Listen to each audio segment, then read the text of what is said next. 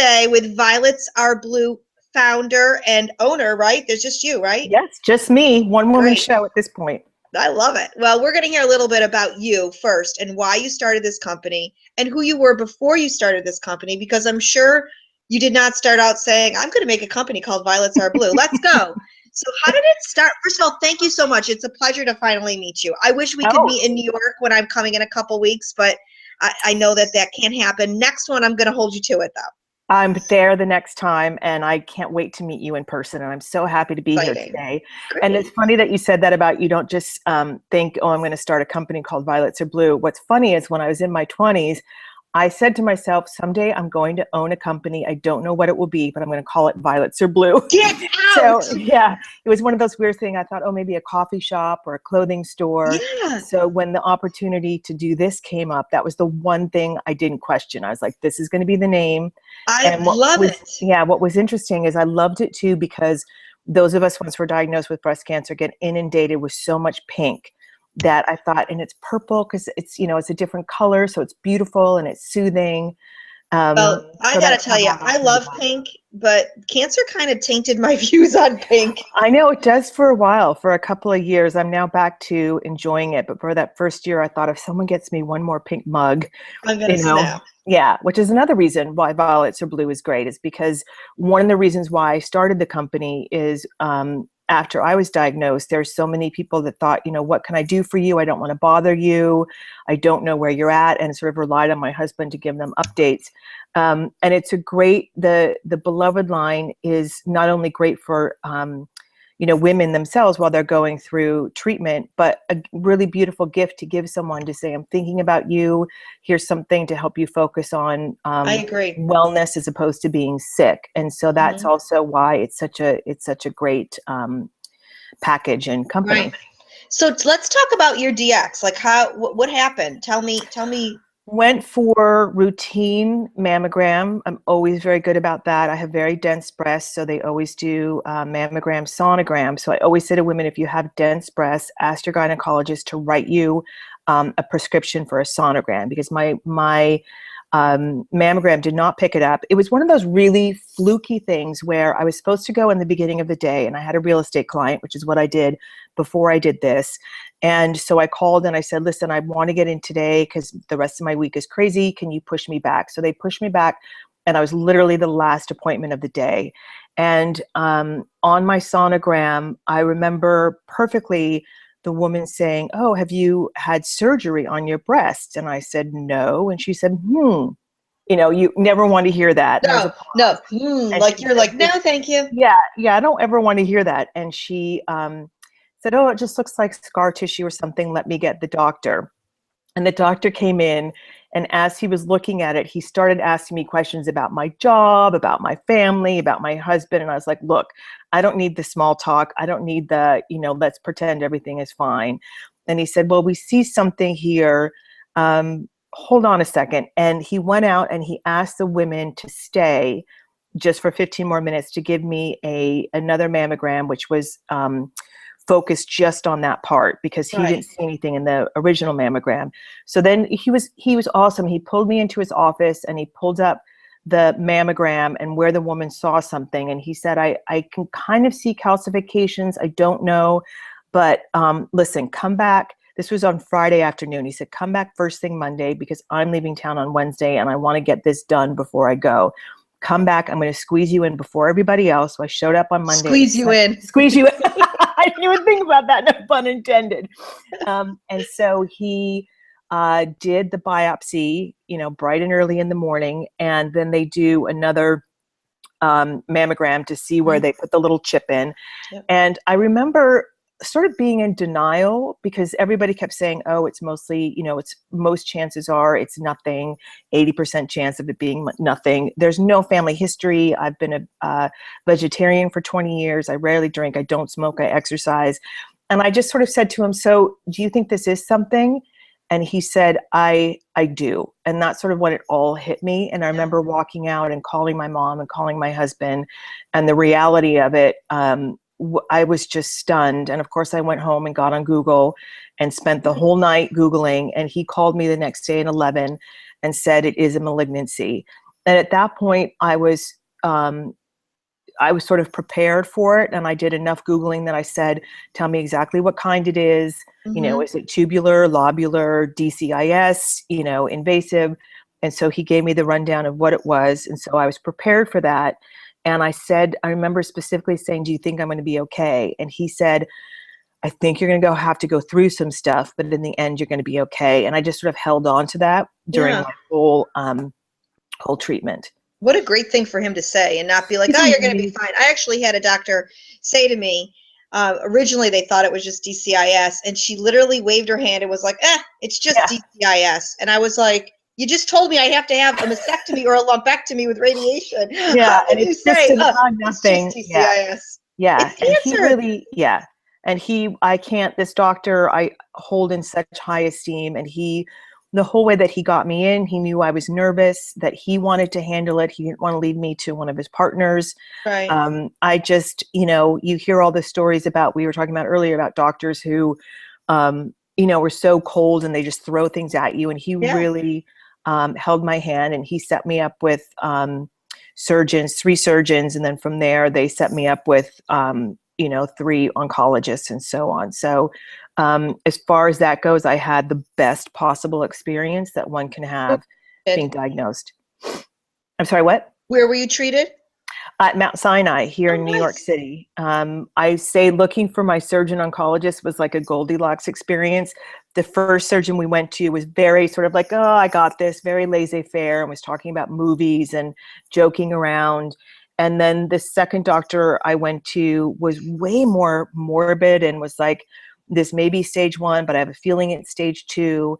And she called me 2 days later and she said, I think I misread your chart, because she had thought that it was in my lymph nodes. And my husband and I walked out of that one and said, okay, now we're totally confused.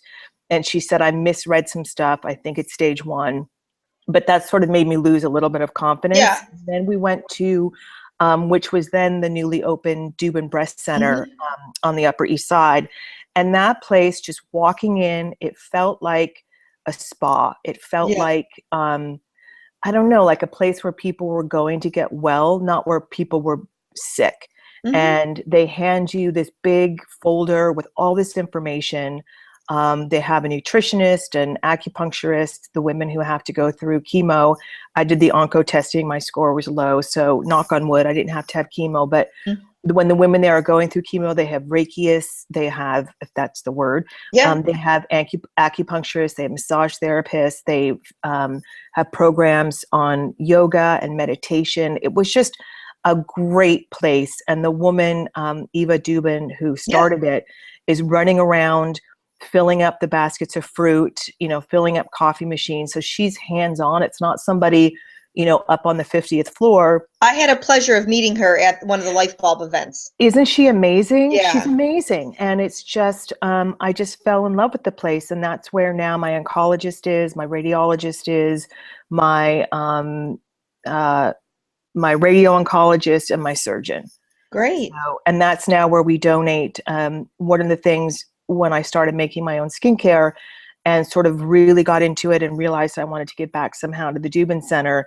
So now each woman on her first day of chemotherapy is given a package of Violets Are Blue beloved products to help get her through her treatment. I love that. You're so cool. That is awesome. Well, it's, you know, I wanted to, you know, it's the smallest thing that I can do. You know, if I had hundreds of millions of dollars, I would throw it at the center, but this is the one thing that I can do. And it's enough product for each woman to get her through a treatment. And then from there, she can go on to the signature line. Yeah. But just something from one breast cancer. Sometimes I have the issues with survivor. Oh, I hate that word. But it's like, what does that even mean? I call it a breast cancer badass is what I say. Yeah, that's what I'm going to do. So from one breast cancer badass to another. Yeah. Just say, I've been there. These are stuff that I've researched that are going to help you get through your treatment. And it's not all bad. So how did you start just like mixing things in your home? Is that how you started that? Well, after my diagnosis, the first thing I did was I came home and I went on a rampage. I threw out everything that could possibly have toxins in it. I know. That's what so many women are like. I just did the same thing. And I got rid of all the Tupperware. Everything is glass. I, you know, even changed our shower curtain, our sheets, clothing, pillows. I think my husband drew the line when I wanted to change the rug out. And he's like, we have to draw the line somewhere. So I was using a certain brand name that I thought was organic. They touted themselves as all natural. And when I was sitting down Googling the ingredients, I was shocked to see almost all of the ingredients were toxic. So at the same time, when in real estate, I was working 24 hours a day, 7 days a week, really stressed out. And I knew that, I'm sure you had this as well. I met two types of women. One that just wanted to get back to their lives, pretend this didn't happen, ignore it. Those are the hard women to find, though. I can't find those. Yeah. I met some, actually. And then the rest of us who were like, if I'm going to go through this, I want it to mean something. I want it to be that aha moment. Mm-hmm. So my husband said, we're also business partners, said, you focus on that. I'll handle the business. So I went and, I became a Reiki practitioner. I looked into going to acupuncture school. And then one day I was Googling skincare products to make myself, and a class happened to be starting 10 blocks down from me. That night was their Bath and Body University. So I signed up. I went down there. The woman who ran it, her name was Marla Bosworth, and she owns a company called Back Porch Soap. And she's sort of become my mentor. And I fell in love with making skincare. I fell in love with researching products. I fell in love with, just learning about the packaging, everything. And from there, she saw how serious I was. And she introduced me to a biochemist in Colorado who I now work with, who does all of my testing for sustainability. If I have a question about a certain preservative or a certain product, she's right there with the answer. So between those two women, they've really helped guide me and get the show on the road, so to speak, within a year of me starting. Oh my gosh. So that's sort of in a nutshell. So did you have radiation or did you not? I did. Okay. Yeah, I had 6 weeks of radiation. The onco, I think my score was something like an 11, and everybody was like, you'd be insane if you did well, chemo. Mine was higher than that, but I opted for no chemo because I was so scared that if it comes back, what people don't realize is if it comes back, you can't have that same chemo. You got to go up a level. Right. And so you want to keep your arsenal. Yeah.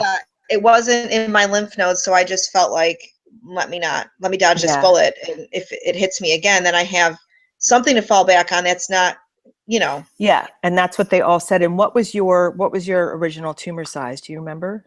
Everyone asks me that. It's the one thing I can never remember. Oh, you're kidding. That's so funny. I swear to God, because it wasn't shaped. How my doctor described it was normal. Some tumors are rounded shape, football in shape, like they're circular. Mine was like broccoli, and it was all broken at the edge. So it had infiltrated my whole breast to the skin because I had discharge out of my nipple. And that's how you found yours, was through discharge? Yeah, I leaned over and went like that in the middle of the night or in the morning, and all this black sludge came out of my breast. And I pressed down and I could feel the lump. And when I pressed the lump, more black discharge came out. Well, I screamed to my husband. I was like, Tom, oh my God. And I said, I found a lump. And he literally rolled his eyes at me because I always found a lump. Oh my God. And then he pressed the lump and all this black discharge came out, and he swore up. He was like, holy F. And he goes, we need to call the doctor because it was You must have been terrified. Oh, it was creepy. It was really creepy.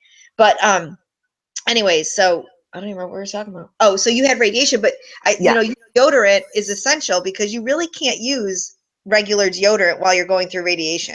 No, and that was my labor of love. One of the first things that I put on the list of products that I wanted to make when I started this venture was the deodorant. And that was the last product that I launched because I wasn't going to launch it until it was absolutely perfect. And it's the product I think I'm the most proud of. And it's just wonderful. Although I am working now on a radiation balm so that, because what they give the women now, and my radio oncologist actually asked me to do it because she said, what I'm giving the women now. What are they giving there? The Silverdine cream? Aquaphor, I think. Oh no, see, mine gave me Silverdine cream. And I don't know that. What is it? It's just like a lotion, but it's prescription. You have to get a script for it. Interesting. And not is it enjoy safe it. product or is it like a petroleum? It's like a petroleum gooey, I don't Yeah. know. I did not enjoy it. I actually used coconut oil.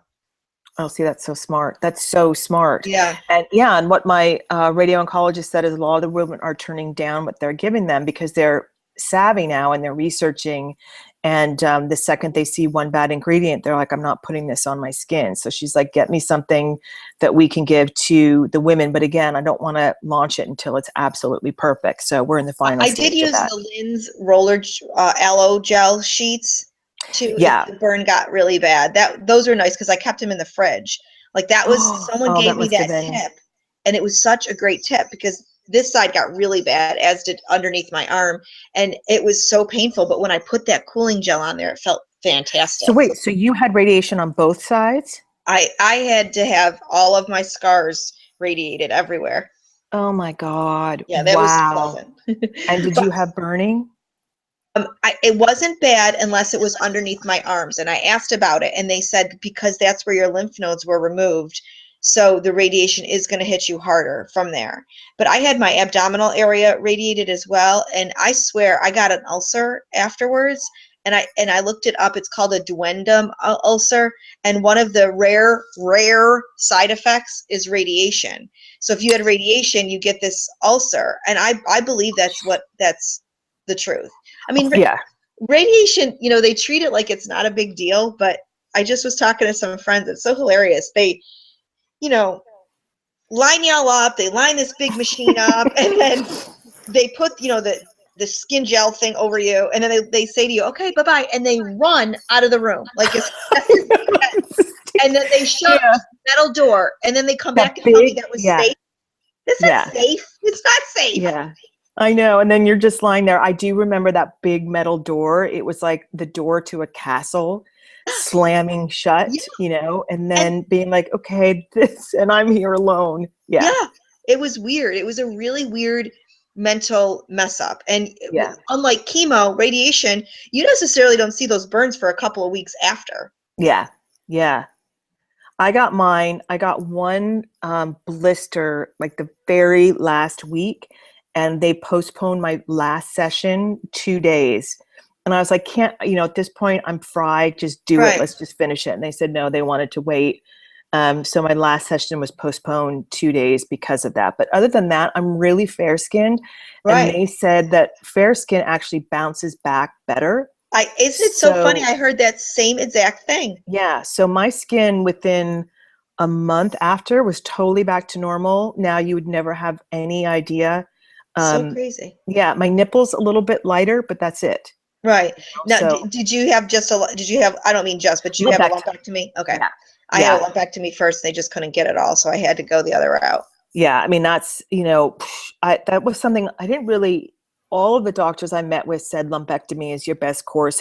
Mine was like 1.4, no lymph node from what they could see. And it was just classic. And the surgeon did, I went with Alyssa Port from the Dubin Center, and she did an amazing job. And now I have a really small scar that just looks like a cat scratch. Oh, The only time that I notice a dimpling is if I'm like bending over to pick right. something up. But other than that, my breasts were small to begin with.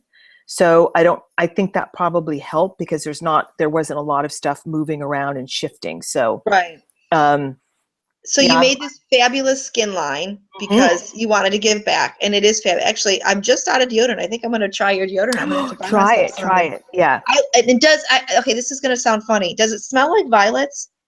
No, it smells like it has tea tree and lemongrass in it. Oh, I love those too. Yeah, it smells like a sunny morning is the best way to describe it. This is You great. smell it, and just people have asked me to turn it into a scent, which I'm not doing. Maybe down the road, but I just have too much on my plate. But I'm like, just roll it on your wrists and your Yeah. neck, and it's all natural. It's tea tree and lemongrass that you would put there anyway, and Right. nothing else is harmful. I do wear both of those scents. Oh, you do? Oh, then you're gonna love this. You're Okay, absolutely great. gonna love it. I'm gonna get myself Yeah, some. it's just it's just I don't know. It's a bright, happy smell, and So I've everything been else. Mm-hmm. Go ahead. Go ahead. All the other products, the only essential oil that I use is organic essential lavender oil, and it's just enough to cover up the smell of the base oils, which can be quite earthy. Right. And that's really the only scent that I use. I've been feeding all of your products on the live chat here, so people can see what they awesome. are. Wow, that's amazing. Well, I think they're going to be fabulous, and I can't wait to get my hands on a deodorant. And because you're new to CureDiva, I haven't had a chance yet to try it out. And I do like to try everything out because I deal with clients every single day that are asking me for things, and I want to be able to recommend them with good conscience. Yeah, I can't. that's the thing that, once you get into this world, we all rely on each other for information. Definitely. People always say it's a sisterhood that I don't want to be a part of, but if totally I'm in it, isn't it weird how when you meet somebody now too, if I'm at a party and, people ask me what I do and I tell them and, oh, how'd you get into it? So I tell them the story.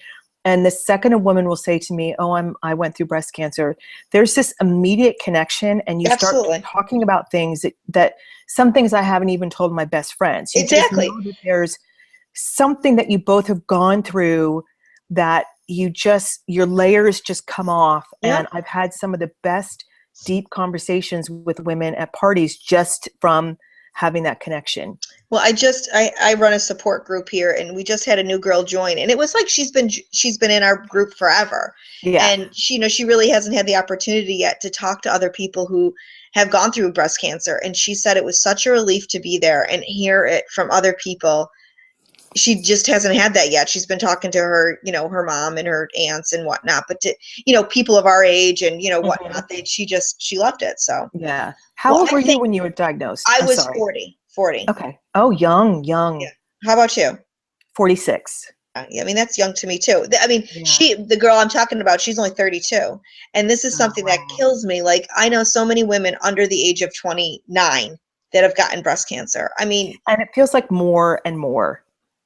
Yeah, I don't know if the younger girls are more apt to doing self breast checks and more in tune with their body, or if they are more proactive for their health. But hello, we cannot change the mammograms to 50 when people in their 20s are getting breast cancer.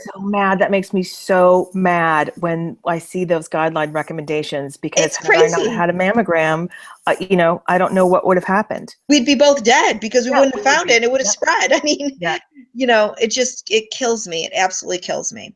Well, I love what you're doing for our community. And I thank you so much for being part of CureDiva. I'm so glad you're here.